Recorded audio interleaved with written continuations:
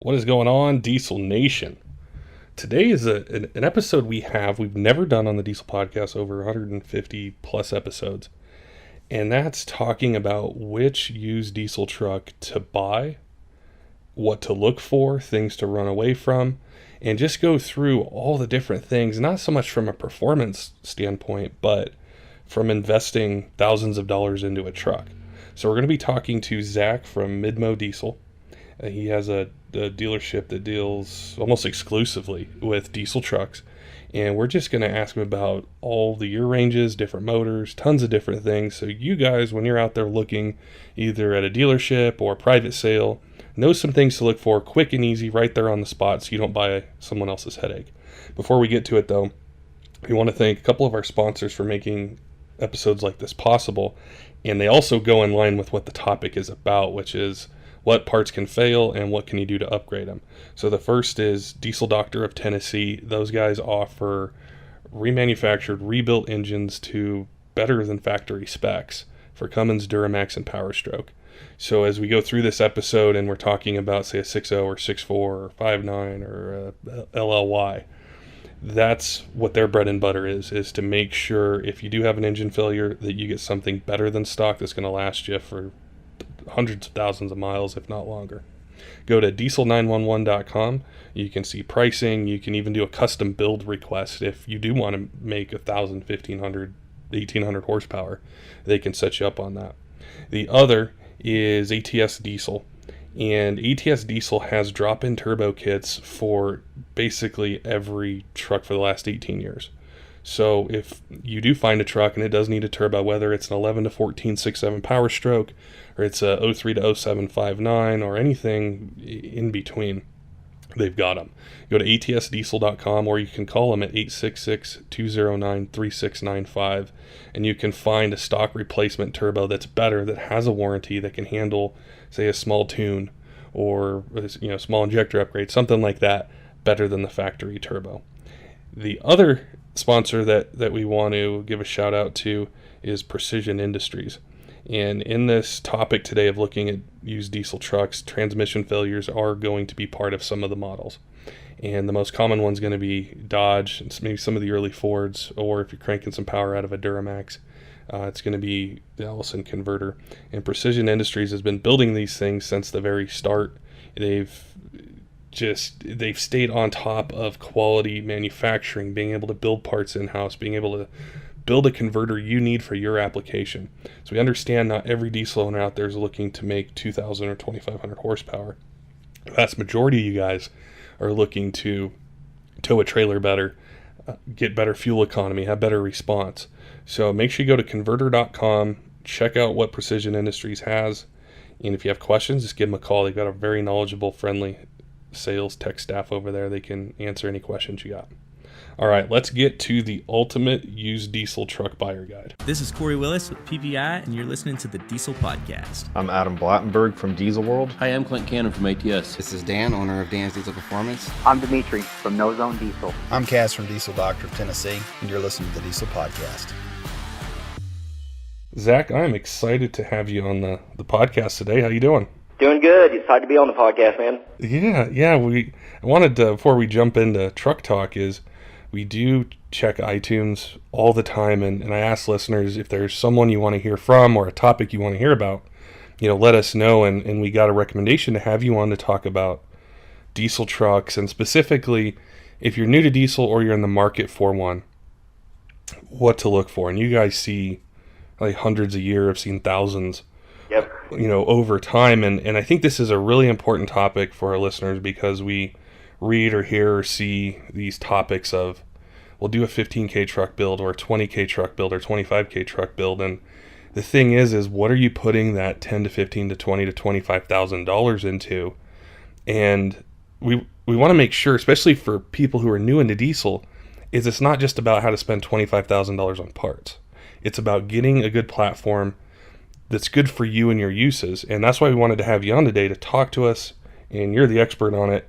And I'm just going to kind of create a situation that we hear from with our listeners all the time is, I've never owned a diesel, I really like them, and we're going to go through Ford, GM, and Dodge, and I'm just going to grill you with questions on what you guys see and all those sorts of things. Absolutely. Yep, they're cool. Why wouldn't you want a diesel? To start, tell us a little bit, about yourself, your business, and what you guys do. Yeah, we're a small pre-owned truck dealership in central Missouri. We mainly just buy, fix up, and sell almost exclusively diesel trucks.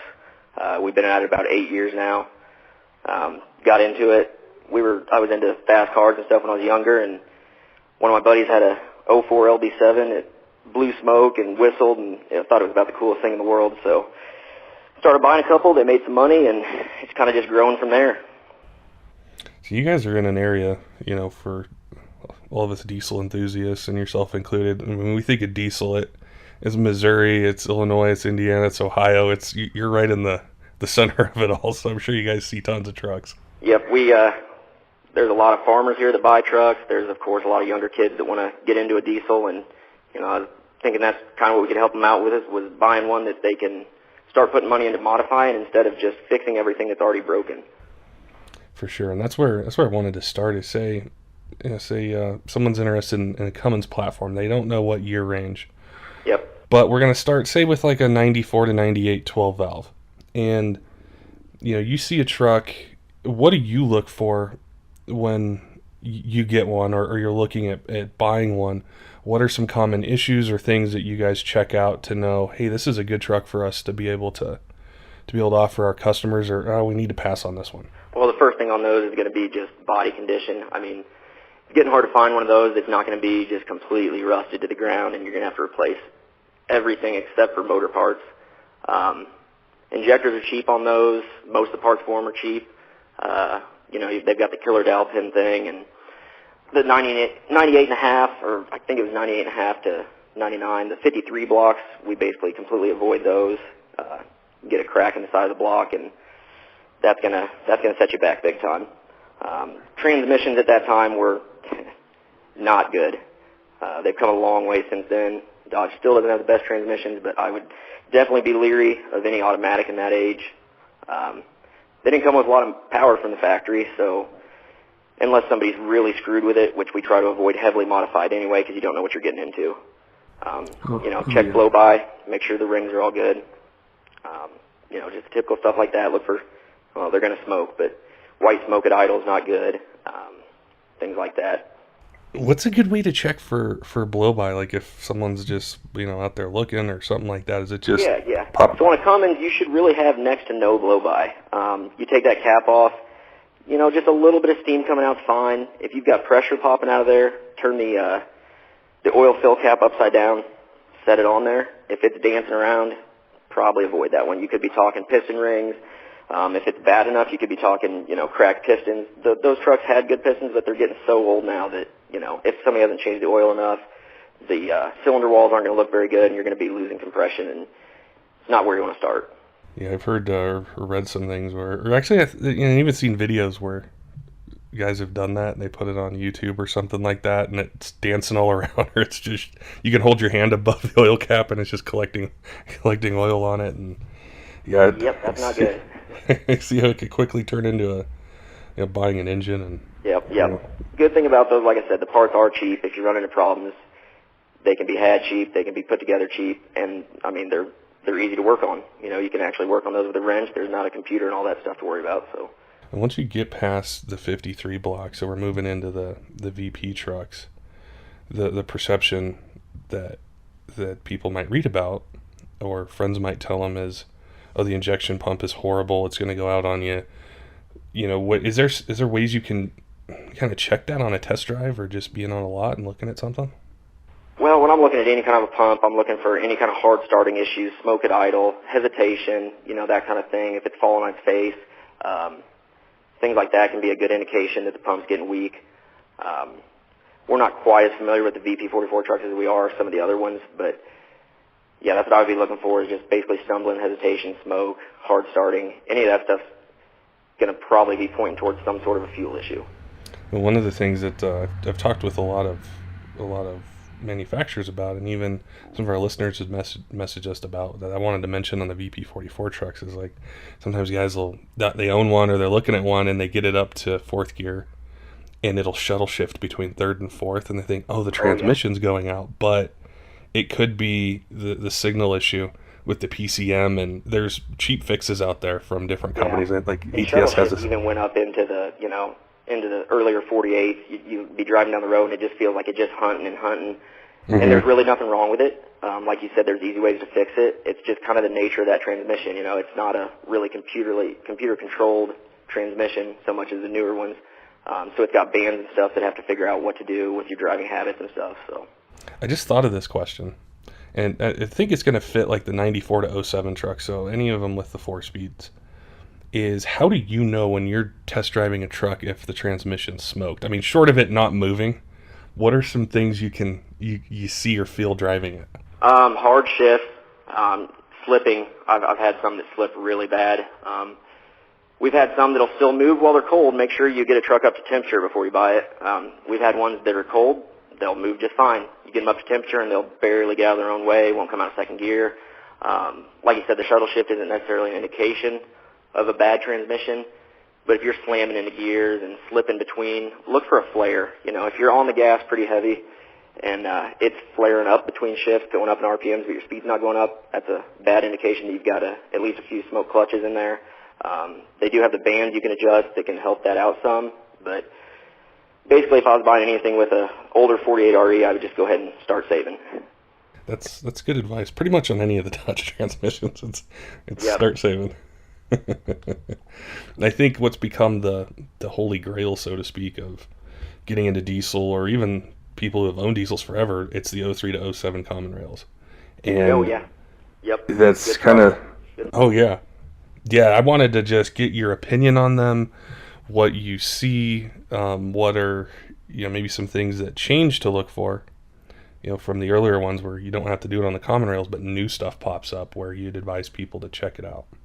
Yeah. So once again, blow-by. We don't want any blow-by on those trucks. We actually had there for a while, I think it was the 04.5, 05 motor. For some reason, we were seeing more blow-by out of those than anything. So if I was buying an 04.5, 05, I would definitely watch for blow-by. Injectors do go bad on those trucks. The good thing is it's a Cummins. You've only got 6 injectors to worry about instead of 8. They're not that bad to do. If you have a limited mechanical knowledge, you can change them out yourself. As far as the injectors, I'd be looking for haze at idle. A really heavy diesel smell. They're all going to smell kind of like diesel. Diesel fuel in the oil. Hard starts. Kind of like any kind of a knock or tick can indicate, that an injector's hanging open. And it's not a big deal if you catch it in time. If you get one that needs injectors, as long as the price reflects that, it's not a big deal. We put a lot of injectors in. But if you let it go too long, then you can get into the area of one injector is too loose, letting too much fuel into the cylinder, and eventually you're going to melt the cylinder down. Either melt a piston, screw up the cylinder wall, things like that. Going back to transmissions again, on these trucks, we've seen a whole bunch of the shift solenoid that they replaced with the Borg Warner with the Duramax unit. Yeah. We've seen a bunch of those go bad, and it might make you think there's a bad transmission because it'll either just hang in one gear or won't shift right. But that's not too big of an issue. Drop the pan, put a different solenoid in it and filter, and you're down the road. Other than that, on those trucks, once again, front ends, it's gonna wear out sooner rather than later, probably. I would avoid anything that's been too seriously modified. Again, we like to start with something, just a tune and exhaust is all right. Those years were really bad for rusting around the fender wells and that kind of thing. The TIPMs, that's when that started coming into play, kind of was a totally integrated powertrain module, basically the brain of the whole truck. Those would fry, and you'd get weird things like headlights not turning off or on, blinkers coming on when they shouldn't, fuel pumps running after you turn the truck off, certain codes, and that's kind of an expensive fix. Dodge did a really, really bad design there. Once a TIPM sees too high of a voltage for too long, it permanently shuts that circuit off. So then you have to go to Dodge, get a new TIPM, have them program it. You're looking at over $1,000 a lot of times on those trucks. Wow. That's one of the main issues we've had with those. That and injectors, which, like I said, injectors isn't as big of a deal as they are on a V8 diesel. They're easy to get to. Only 6 of them. Not the end of the world. I think with looking around, and I'm kind of in that I'm not a definite buyer right now because I'm so unsure, but we go we look at the new trucks and we're like, man, they're really nice. They have all the creature comforts, and the price tag's $73,000. Yeah. Or, and I've got all these things I've got to worry about. Or I look at an older truck and I always kind of gravitate towards that 03 to 07, and it's a trade-off. And our listeners out there that are interested, they'll know is you get this great engine. Transmissions can be upgraded to whatever you want. You have to sacrifice a little bit. You can hold anything as long as you got the money to put in them. Yep. And the tough part is a lot of people know that, and a lot of people modify them. And I'm sure you have tons of stories that you could tell, but it's cool to have the Yeah. It's like, oh, it's just got an aftermarket turbo, and it's, and then that leads to these injectors and these other things, and it's just unless you know the buyer personally, or can really talk to them and they've got receipts and they can explain it. Yeah, some good paperwork. And that's what I wanted to ask you is, have you had those situations where you come across a truck and you have all the paperwork and it's just guy wants to move on from the truck and you're like, okay, we can sell this truck? Yeah. We've also had people give us forged paperwork, so it's not a bad idea to call the shop that the paperwork's from. I'd say, on those older trucks, most of the issues we see in some way, shape, or form stem from some sort of modification that the owner's done. Those trucks are older, they're a little cheaper now, so people think, get into it cheap, younger person, and modify it themselves, and they hear on the forums or something, do this and do that, and they try it, and you can really mess stuff up if you don't do it correctly. Yeah, I wanted to jump in, not necessarily to the 4th gen trucks, but say to the 3rd gen 6.7s. And we all know they came with DPFs and EGRs, and say you find a nice one, it looks clean, there's no rust on it, and it's stock, so it's not modified or anything. What are things that you look for on those trucks that is going to be entirely different than any of the other Dodge Ram trucks that we've talked about? Okay, so for the first year, you're going to have, EGR, DPF. The DPF filters, they plug up. It happens, especially in higher mileage units. The EPA kind of said by this time you have to have this stuff ready to go, and I don't think the engineers were really quite ready to roll that package out, but they kind of were forced to ahead of time. So you're going to have DPF problems eventually. It's sooner rather than later. Not a big deal. If you want to delete it, go ahead and delete it. Those ones they're pretty cheap to do. Another thing you're going to see on those is first year for the VGT turbos. Great, you get the engine brake, you get quick spool up.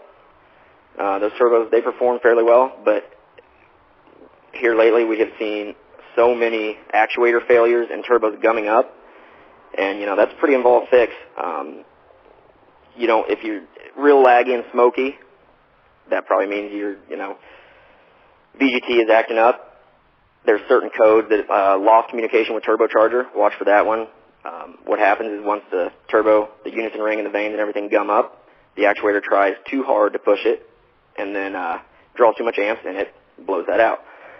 Other than that, once again, we got a new transmission, 68 RFE. In our experience, that transmission, contrary to what some people would believe, has been excellent in stock form. That's the key.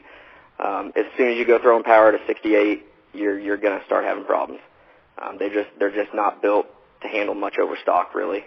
I'm really glad you mentioned that, because we talk a lot about performance, and it's about, 68s are horrible, they're the worst transmission Dodge has ever put in a truck.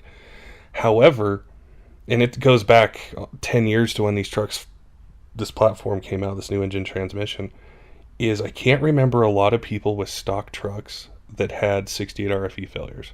We have seen very, very few of them. I figured, I'd probably get some laughs when I said I kind of like the 68 RFE transmission, but we've had such good luck with them compared to the 48, 47s. Like I said, in stock form or with a small tune. I've had almost no failures out of those. They shift a lot better than a 48 just for everyday driving, for towing. You got the turbo brake, you got the 6-speed transmission. It shifts good. It's computer controlled.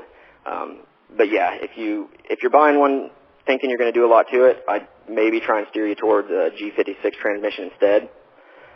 That being said, even the G56 in those trucks is only good for about the clutch is only good for about 60 horsepower over stock. So after that, you're going to be upgrading clutches, but it's still a lot cheaper than a built transmission. And we all know a built 68 still isn't that great. So one nice thing about the 6.7 third gens is, and I mean it goes to current, is how advanced the electronics are. So like if the DPF's clogged, you're going to know it when you first sit in that truck. yeah, You know, yeah. or if the turbos. You're getting into the era that there's enough computer stuff on the vehicle. Bring a scanner with you when you look at the truck.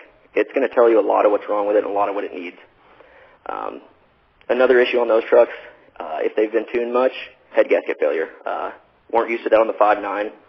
I don't remember the last 5.9 head gasket failure I saw. But the 6.7, it's pretty common, especially if you have a lot of timing, a lot of fuel down low in the RPM range. That turbo spools a lot quicker, and they're going to bust heads. Is the thing to look for when you first see a truck is either the overflow tank bubbling or there's coolant splatter?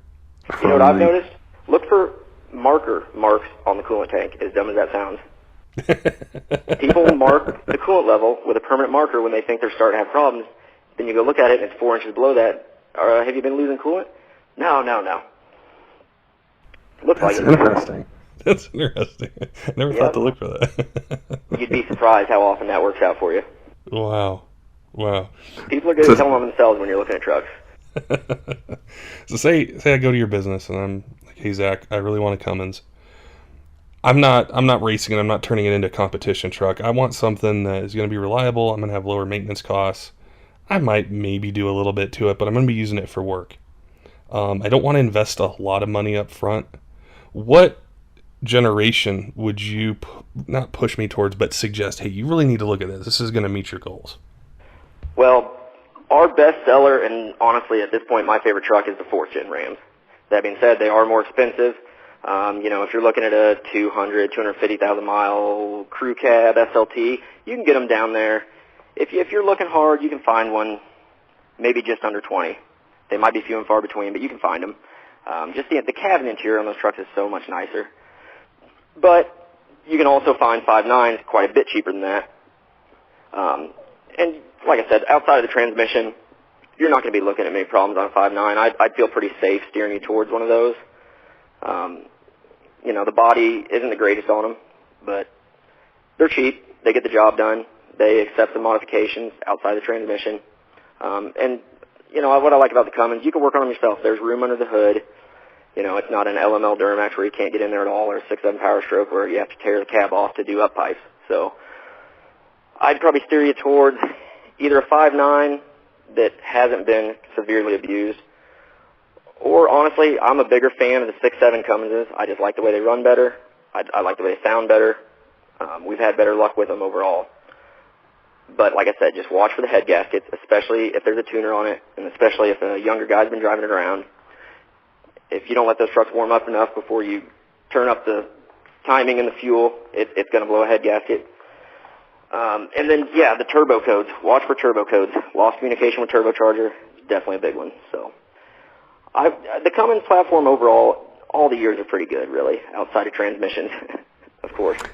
Yeah, and even if it needs a little body work, that's why there's body shops and there's things like that, which At least body work, you can see it when you show up. You know what you're getting into. That's true. It's kind of a different story if you don't know what you're looking at. I don't want to leave the GM guys out, so we're going to switch over to the Duramax platform. That's how I got into this business, was Duramaxes. We were all Duramaxes all the time for a long while. I started with Cummins when I got into diesel performance. I did own an LMM, and it was something, when I drove it, I loved it. It was just, it rode nice. The comforts inside of it were really cool, the features. And like those things we could, you can see on an LB7 or an LOY or LBZ. But what are things you look for in those pre-emissions Duramax trucks, or pre-DPF trucks, I should say? Yeah, sure. I consider DMAX was kind of our specialty for a while. We used to do a lot of LB7s. We've kind of gotten away from them a little bit just because they're getting a little older now. Everybody knows the number one thing, injectors on an LB7. Yeah. You need to get some kind of a scanner that can read your balance rates, which balance rates don't tell the whole story. When you're checking balance rates, be sure to check them at operating temperature in park. Some people try checking it when it's cold, and they're going to be all over the place. So at operating temperature, you should be within positive or negative 4 on all the injectors. If they're outside of that, plan on probably replacing unless you've got some sort of a crazy regulator issue. Look for a haze at idle that'll smell heavily of diesel. Basically, the injector nozzles are worn out and they're letting too much diesel by. Another thing to look for that we've seen is a lot of fuel in the oil. We've done oil changes on Duramaxes that hold 2.5 gallons and there's 4 gallons of oil in there. Bad sign. Once again, not the end of the world on those, but that's like a 16 to 20 hour job for people that are good at it. People that, like me, that aren't a certified mechanic, that's like a 25-hour job. So that's a big one. Other than that, we're starting to see some more head gasket issues with the older LB7s. I mean, they're just getting some miles on them. You know, lack of maintenance, people tuning them up and running them hard.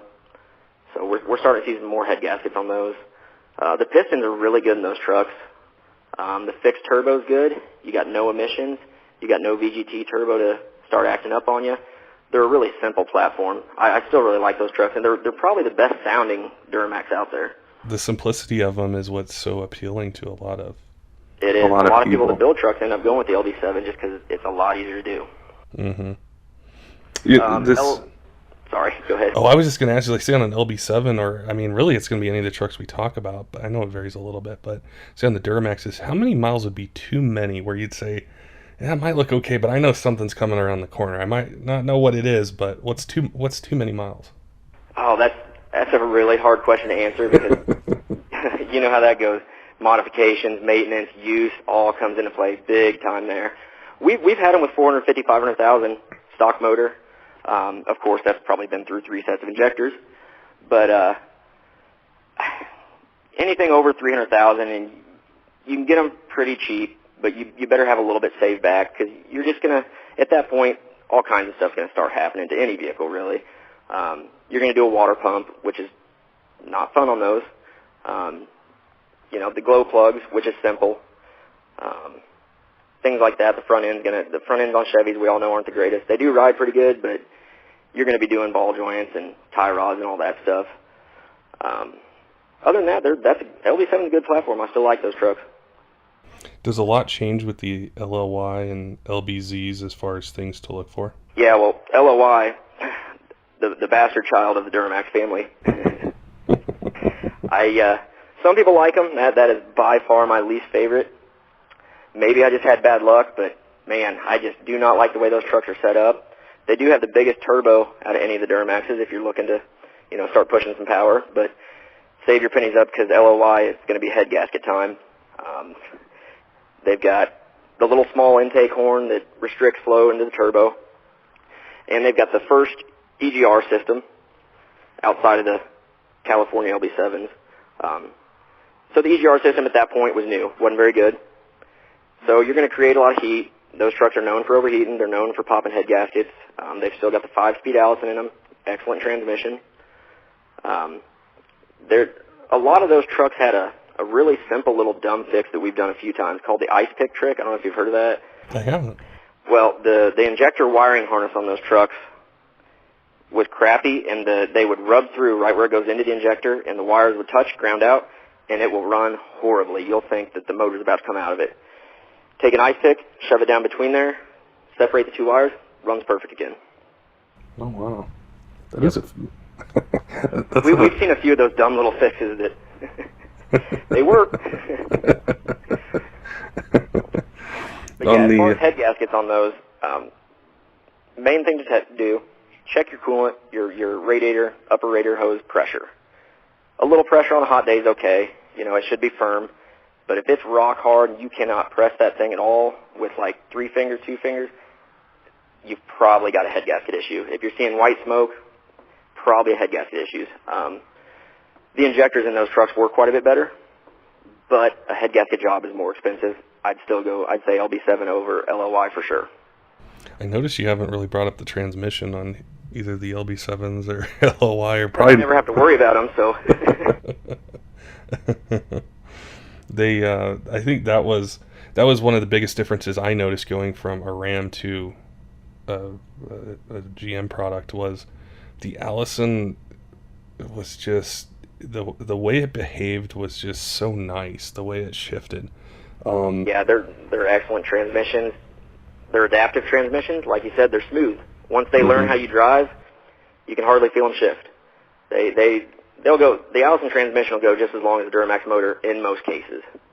We love those transmissions. We've had very, very few issues out of them. Had a couple wiring harnesses that were messed up, a couple bad TCMs, and that's about it on those. At higher horsepower levels, of course, you can start slipping them, but that's anything. On the LBZs, so they probably don't have the head gasket issues like the LLYs, but what changed on the 06, 07 LBZs that you look for when you're trying to find... Everybody's favorite. Mm-hmm. Man, the prices on those trucks there for a while, I just couldn't wrap my mind around them. I guess that'd be the negative, is I don't care if it's got 220,000, 250,000 miles, you're going to pay up for it. Honestly, not many issues on those trucks. That's probably the one model that we've owned more of than anything else. Common issues, they're cheap. Glow plugs, common. EGR, common. Just little stuff like that. We've had a couple where the VGT turbo vanes were froze up on them, but also that can be confused with the TVPS sensor, the turbo vane sensor. Those go bad fairly often. I've replaced probably 20 or 30 of those. It's like a $100 part, not a big deal. So yeah, glow plugs, EGR, and vane position sensors basically. I'll take that over most. Oh yeah, and you get the 6-speed. Yeah. See, I forgot about the transmission again. Yeah, that transmission is a very nice transmission. It'll hold just a little bit more power than the 5-speed will. Drops your RPMs on the highway. The head gaskets were updated. They realized they had a problem with the LOI. LOI and LBZ, the injectors are external and much more reliable. So that's really not a point of concern for us so much on those. If you do have a bad injector, it's, $300 in 30 minutes of your time. You can have one injector changed out and be back down the road. I think one of the things that has appealed so much, even as a truck buyer, is okay. I can get the 6-speed. I get pretty much the same motor as an LMM, but I don't have a DPF on it, so I don't have to worry about it. And it's just I can do more with it than once like the LMLs just right off the get-go. I don't have to worry about a DPF. And I think that's valuable to a lot of people. Yeah, that's what I think the market reflects as well, and I know it does with the 5.9s, and it's just like, man, you can get pretty much the same stock power, but without all this other stuff, and it drives the price up. We get into EPA crawling down your back. Yeah, exactly. And once we get into the LMM and LMLs, is there one you like more than the other? LMM. Well, I say that. I like both those trucks. Most people don't realize the LMM is essentially the same motor as the LBZ. Basically the exact same. There's a few little small differences. I don't even exactly remember what they are, besides the DPF filter. If you're planning on deleting anyway and you like the new body style, go with the new body style. If you like the old body style, go with the LBZ. They're both, at this point, running about the same money for comparable trucks. One thing non-motor related, the LMMs show rust on the fender wells where you can see it a little bit better than the LBZs where they show it in the rockers. I've heard of some fuel dilution issues causing bottom end bearing issues on LMMs, but I haven't personally seen much of it. We don't see a lot of blow-by on those trucks. We don't see a lot of bottom end knocks. Really, the Duramax platform altogether, we don't see a lot of bottom end issues unless you're really running them. Yeah, the LMM, it's in my opinion, a little bit nicer body. I might be biased. My personal truck for 5 years was a 08. Other than that, get rid of the DPF and you've got you an LBZ. That's when I was looking to get a Duramax. I gravitated towards the LMM because of the body. Just the body, yep. I just liked it more. I liked the styling more, the interior, and I knew it was pretty much just like an LBZ motor, but in a different body. Yeah, it looks similar even to the LML, so the average person can't look at it and know you're driving a 15-year-old truck. Yeah, it has that modern styling to it that I think people really like. And like on the LMLs, I think we hear most about the injection pump or issues that the early ones can have. And do you see a ton of those? A ton. I feel like that problem is actually kind of downplayed a little bit. The LML is a great platform. You get the piezoelectric injectors that'll support a lot of power. You got not really a built Allison, but kind of a built Allison in those trucks. Bigger torque converter and all that stuff. Really nice trucks, heated and cooled seats. I mean, sky's the limit on them. But yeah, we've been seeing a lot of injection pump failures. It's not enough to shy me away from them. The dealership is going to charge you $8,000 to $10,000 if you have a CP4 failure. What happens is those pumps have a lot tighter tolerances than the old CP3. You get bad fuel, you get any water in your fuel, starve them for fuel, and they're going to come apart and send metal through all 8 injectors, fuel lines, fuel rails, filter, sensors, tank. Yeah, the last one we did, we just went ahead and pulled the cab, pulled all the injectors, rails, pump, fuel tank, cleaned everything out, put it back together. That being said, I'm still not scared of them.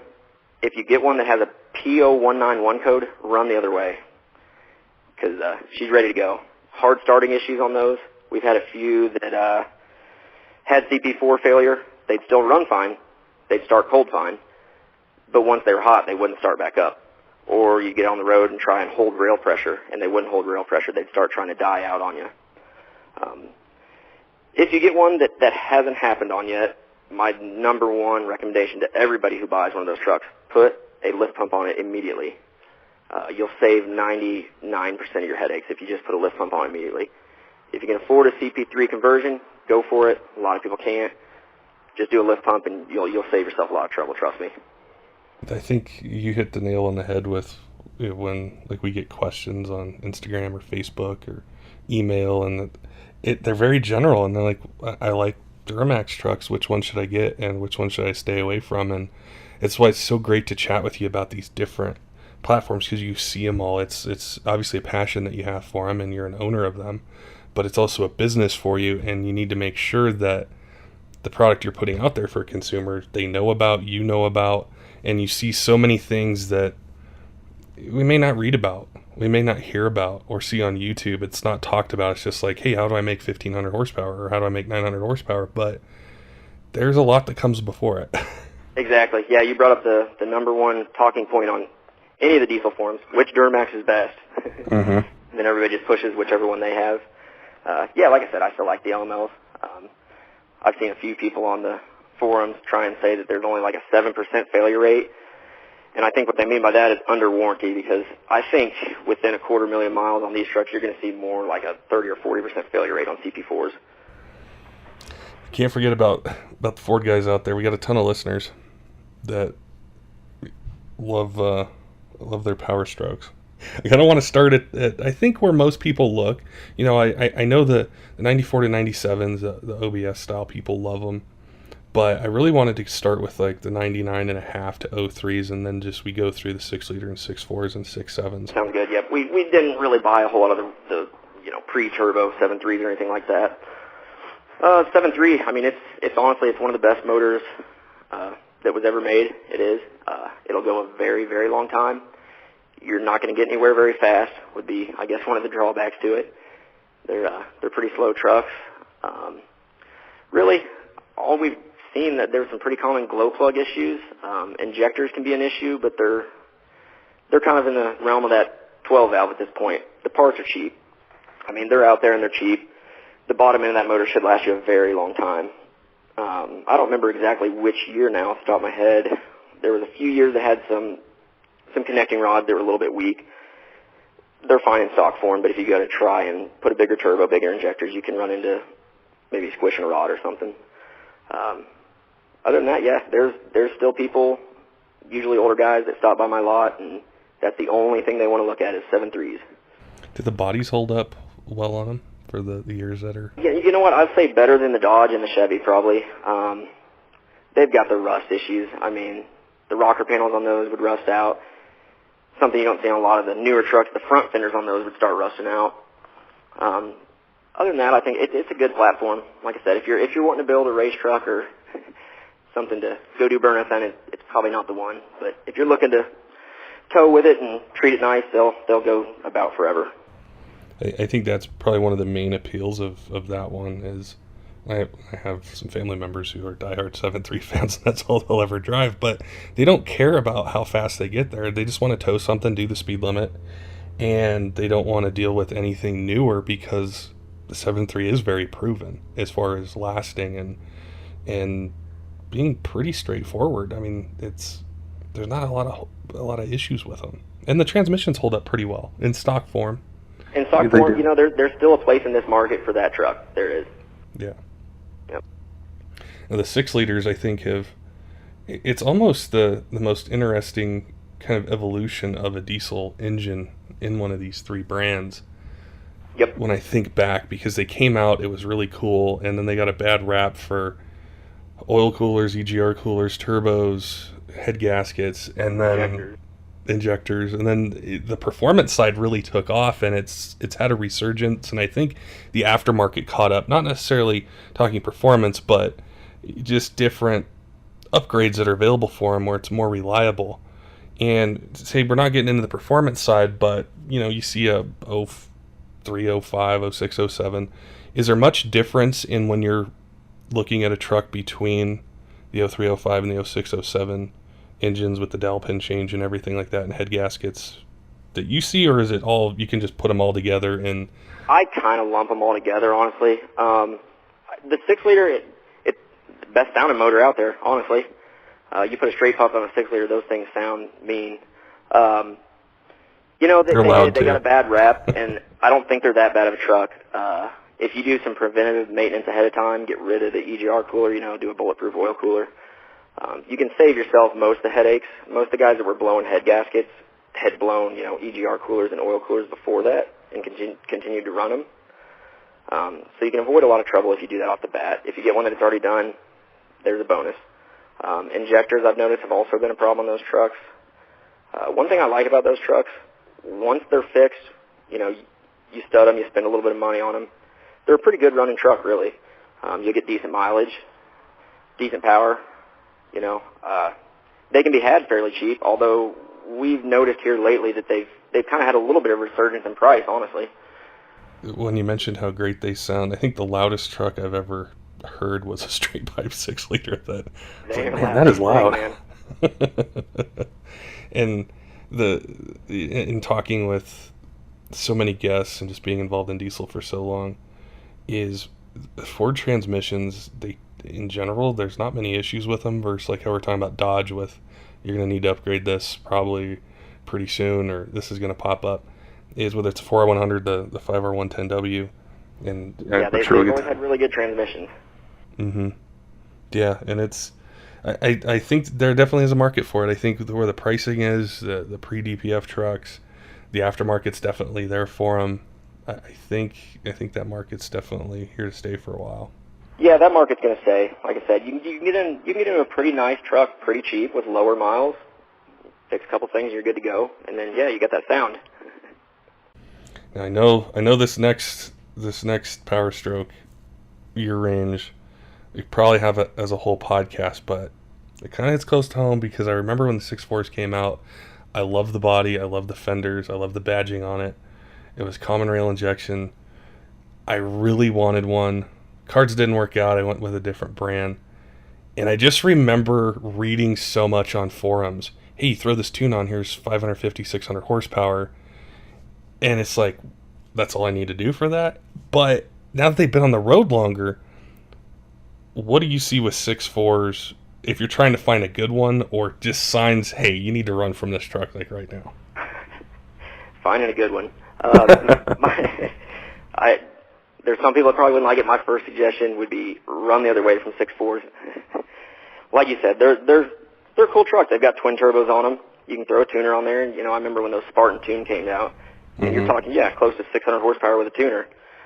Well, they didn't really hold up to that. They're a fast truck for a little while. What we've seen on those, which I'll say we've owned the least amount of those than any other truck, like by far, and we've also had by far the most issues and the most expensive issues. I actually just had a friend the other day text me looking at a 6.4, want to know if I'd look at it with him, and I said, just don't buy it. Well, it's a really good deal. They don't end up that way, trust me. The up pipes on those crack, So you get an exhaust leak back behind the motor. Cab's got to be pulled off to fix that, $1,500. The radiators leak. That's a $500 repair. The turbos go bad. When one goes bad, it's best just to replace both. You'll notice that they white smoke a lot, it seems like, when turbos are going bad, and the squeal might sound a little different. Rocker arms come apart, which they'll sound really ticky, and they could have a dead cylinder. Head gaskets, of course, if you're pumping 600 horsepower through a basically stock truck, you're going to lift the head eventually, especially with Ford's head bolt design. Yeah, I wouldn't buy one. We actually have a policy now. We don't sell them anymore. It's such I don't know, it was such a different thing where, if I go back to that time, and it goes back to the power and what you could do for not a lot of money, picking up a tuner, and here you go, where if you got a 5.9 or 6.7 Cummins, you're going to have to get into turbo and some other things in the transmission, versus 6.4, you just buy a tuner and there you go. And if you want 600 horse out of an LBZ, look what all you got to do. Mm-hmm. Yeah. There was something, and I know this goes for all the engines that we've talked about, but and you see it probably more than anyone, but it's a good deal. And like with this episode that we're doing and talking with you, we're not talking about, hey, how to build a 900 horsepower race truck or how to put these turbos on, but what's the relationship between you get this good sale price, but you got to pull the cab, you got to do this, you got to do that, you got to do all these other things, where this $14,000 truck might turn into 20 very quick. Yeah, very quick. Here's my rundown on the 6.4, what to look for, and kind of what things are going to cost you if they're bad. Like I said, any kind of smoke out of those trucks is really not a good sign. They had a really bad problem also with washing out the number 2 and number 8 cylinders, the ones that they dump extra fuel into to burn the DPF out. Then you'll get a miss. And these trucks can be kind of hard to judge, too, because they're one of the only trucks out there that blow-by is it's a thing from the factory. Those trucks have blow-by. They have looser rings because of the twin turbos. So they all have blow-by, but you can look on YouTube and see the difference, like, between normal blow-by and pumping stuff out of the breather. Other than that, I've seen quite a few valve train failures on them. I think they used some plastic piece in one of the rockers or something. You'll hear a tick on those, and you'll also get a little miss. So this motor gets hard because it can mean several different things. Radiator leaks are easy. You're going to see them. The rocker issue is not really that expensive to fix. The radiator, it's not all that expensive to fix. The turbos, you're starting to get in some money. Like I said, Ford's procedure is just to replace both turbos. I don't exactly know how much you're looking at, but I'd say at a dealer it could be $7,000, $6,000, $7,000. Independent shop, you could probably get it done for $3,000 or $4,000 maybe. Head gaskets, you're kind of in the same boat as a 6.0 there. It's going to cost you, at least $4,000 probably. As far as that, bubbling in the coolant is really bad. If you have a scanner that can check the deltas between the coolant and the oil temperature, that's a pretty good indicator on those trucks. Those ones they're hard to look at. It wasn't that long ago. Actually, the last one we bought, the kid had it. It was studded, deleted, bulletproof EGR cooler. Went to get it, didn't look it over as close as we should. Shined a flashlight in there. Yep, there's head studs. Took off. It turns out somebody had just head studded, cracked heads back onto the block. So $7,000 later, we had it back on the road. Wow. I think you might have shattered my dream of having a 6.4 or trying to find one. I hope so. That was kind of my goal. If one thing comes from this, don't buy 6.4s. So we get into the 2011s, 6.7 Power Stroke, and what do you see on the 11 to 14s? Massive upgrade, first of all. Huge upgrade. Those are nice trucks. One of the nicest interiors you'll get. Frame and front end wise, they're really stout. We don't do nearly as many front end rebuilds on those. We have seen some bad turbos on the earlier 6.7s. A lot of times you can hear a squealing noise. If you're down low in the boost range, you hear a squealing noise. That can either be turbo bearings. It can also be a manifold exhaust leak, which isn't a huge deal, but still somewhat expensive. Once again, on those trucks, the cab has come off for quite a bit. They're not quite as bad as the 6.0s. We've got one apart in the shop right now, and I've got the cab on it. Good torque down low. Really solid trucks. I like those trucks a lot. We sell quite a few of them. Once again, the transmission's great on them. Emissions equipment can be a problem, but that's basically across the board. So yeah, the main thing I'd say to watch out for on those would be the turbos. They do have just a touch more blow-by than like your older Cummins and Duramax.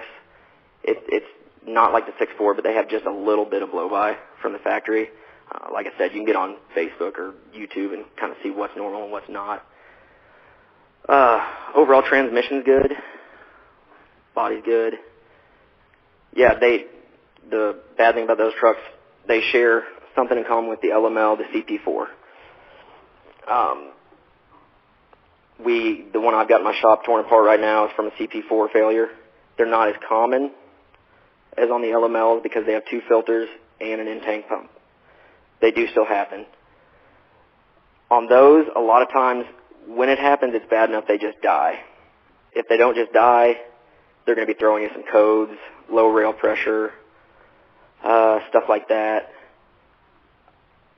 Smoke, maybe, if it's deleted. You know, if it's still got the DPF and urea intact, it's probably not going to smoke even if it's starting to go bad. So I'd watch for hard starting on that. I'd watch for losing rail pressure. But it seems to me like usually when those go, they go.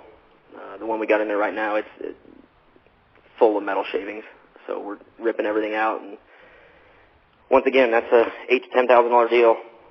So keep your fuel filters changed. Looking back on our conversation, is one of the main themes is no matter what brand or year truck you buy, they're all going to have issues, and it's just a matter of potentially being able to identify up front if it's immediate or if it's down the road, and then also which one fits your goals as a truck owner. Yeah. You know, I used to be really Chevy loyal. I'm really not anymore. I like all the big three. They've all got their positives and negatives. Like you said, it's mechanical. Things are going to break. It's going to happen. But there's things you can do, like we've talked about, to kind of minimize your odds of having to put a motor or have to put head gaskets or a turbo on something. You know, we're not worried about, you know, a ball joint here and there or a glow plug or something like that. We're just trying to get you to be able to avoid, you know, the big ticket items, head gaskets, turbos, bottom ends, transmissions, that kind of thing. Yeah, I wanted to chat with you about your dealership more. And I know a lot of people that are listening, they're in the market for trucks. We get the messages daily about it. Do you guys ship everywhere, or do people have to go like right to your lot, or how do you guys, say somebody from out of state wants a truck, how can you guys help them? We can arrange shipping. Most people, it seems to me, prefer to come look, even if they're coming from a ways. We've sold to people in Minnesota, Kentucky, Michigan, Florida, Colorado. We've sold trucks to most of the Midwest area. It seems like most people want to come look at it. I understand, you know, we sell used trucks. Come check it out for yourself. We'll be as honest as we can about everything we've got. That being said, we can arrange shipping. We can pick you up at the airport. Either way, and even if anybody just needs advice, they can call me and ask. You know, as far as, say, like right now, how many trucks do you have on the lot? We're standing at about, I think we've got like 16 right now. We're definitely not the biggest dealership in the world. We've been moving through them pretty fast. For people that are shopping for trucks, I'll tell you that it's, right now, I think the hardest one to buy is going to be your 4th gen Cummins. We sell those like the last 6-speed regular cab 4th gen we sold in 4 hours.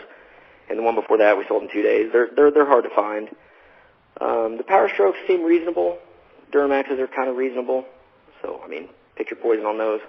It seems so hard to find them, and I think one of the stumbling blocks I've ran into is I can go on different sites and I can look at trucks and for sale by, you know, dealer or owner, but it's like I want to trust who I'm buying it from, that they know what they're dealing with. And I think that's one of the biggest things, and one of the obstacles I've had over time is just I find a truck, it's out of state, it could be at a Honda dealership. Some guy traded it in because he wanted something different. They might not know what they have, or Hey, we buy what's a lot wrong of with from Honda dealerships. it. And that's where I think, you know, the knowledge you've been able to offer us today, is you've seen all these trucks, you've seen tons of them, is if people call you up or they stop by or they fly in, is you know what you're looking for on each year range or engine type. And I think that's really important. Yep. Yeah, one more little bit of advice I'd give people. I've had people that are really scared of buying from dealers. I can understand that. In my experience, I've had worse luck buying from individuals. They're more likely to try and screw you over if they've only got one vehicle. If something went wrong with it, they need to get rid of it. Just check your backstory on stuff when you buy something. Run a Carfax.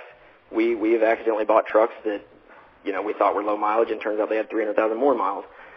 So just do your homework. People get really excited about, wheels and tires, and it got a tuner on it, and it runs good. Just look into things a little more before you jump onto something. A lot of dealers don't exactly know very much about diesels. A lot of individuals don't. They might have done some backyard work on it, and you don't want to inherit somebody else's problem. Yeah, for sure. That's what I think the biggest thing is just being able to know as much as you can about the truck, or someone who's really knowledgeable looked it over and they can tell you, hey, this, you're going to need to do this. It's all right for now, but this is going to pop up, versus you spend thousands of dollars and then you're having to buy an engine. Yeah, not very long after. Yeah, I would highly recommend, if you don't know that much about it, you can use this advice a little bit. But if you know somebody, give them $50, come along with you, take a look at it. What's the best way for our listeners if they want to talk to you, they want to ask you questions, or they want to see what you got available, or maybe have you keep your eye out for something? What's the best way to get in contact with you guys? Our Facebook page, you can find us, Midmo Diesel LLC. We're out of Fulton, Missouri, about 20 minutes from Columbia. We've got Facebook and Instagram. It's both at Midmo Diesel. My personal cell phone number is 660-341-0678. And even if you don't want to buy a truck from us, if you just got a question or two, we're pretty busy, but I'll try my best to get back to you and help you out if you got some questions. Like I said, we've seen, I'd say, thousands of trucks, so we've probably seen it. This has been one of my favorite episodes as a diesel enthusiast. I appreciate that. Yeah, no, it has, because it's like to get this information is so hard, and I know your time's very valuable, and to talk with us for an hour is a lot of expert advice that people could spend hours online trying to find out, or watch videos for hours. And we appreciate it and sharing your knowledge. And we'll have to sit back down here once these like L5Ps start to get older, and on see all the other I'm excited about that. That had me worried. Yeah, I didn't know where that was going to lead the industry. I'm glad they cracked it, even if they leave emissions intact. So good deal. Oh yeah, making tons of power too with all the emission stuff on. Yeah, crazy. Yeah. Well, you have some smart people on there, Corey Willis, and I figured they'd get it eventually. Yeah, no, they definitely did. Well, Zach, man, like I said, I appreciate your time today. We'll definitely stay in touch, and we'll chat in the future when some of these current models get a few years on them, and see what you're seeing on them. There we go. I like where it's going, so keep at it. Don't forget, diesel fans, make sure and check out Diesel Doctor. If you need a diesel engine, Cummins Duramax Power Stroke, go to diesel911.com. If you're looking for a turbo to replace a stock one on your Cummins Duramax or Power Stroke, atsdiesel.com. And what's going to happen eventually is you're going to need a transmission upgraded converter, and Precision Industries has you covered with a ton of different choices for 4100, 5R110, 68 RFE, or 48 RE, Allison's, anything you got, they have it. Just go to converters.com. All right, till next time, keep the shiny side up.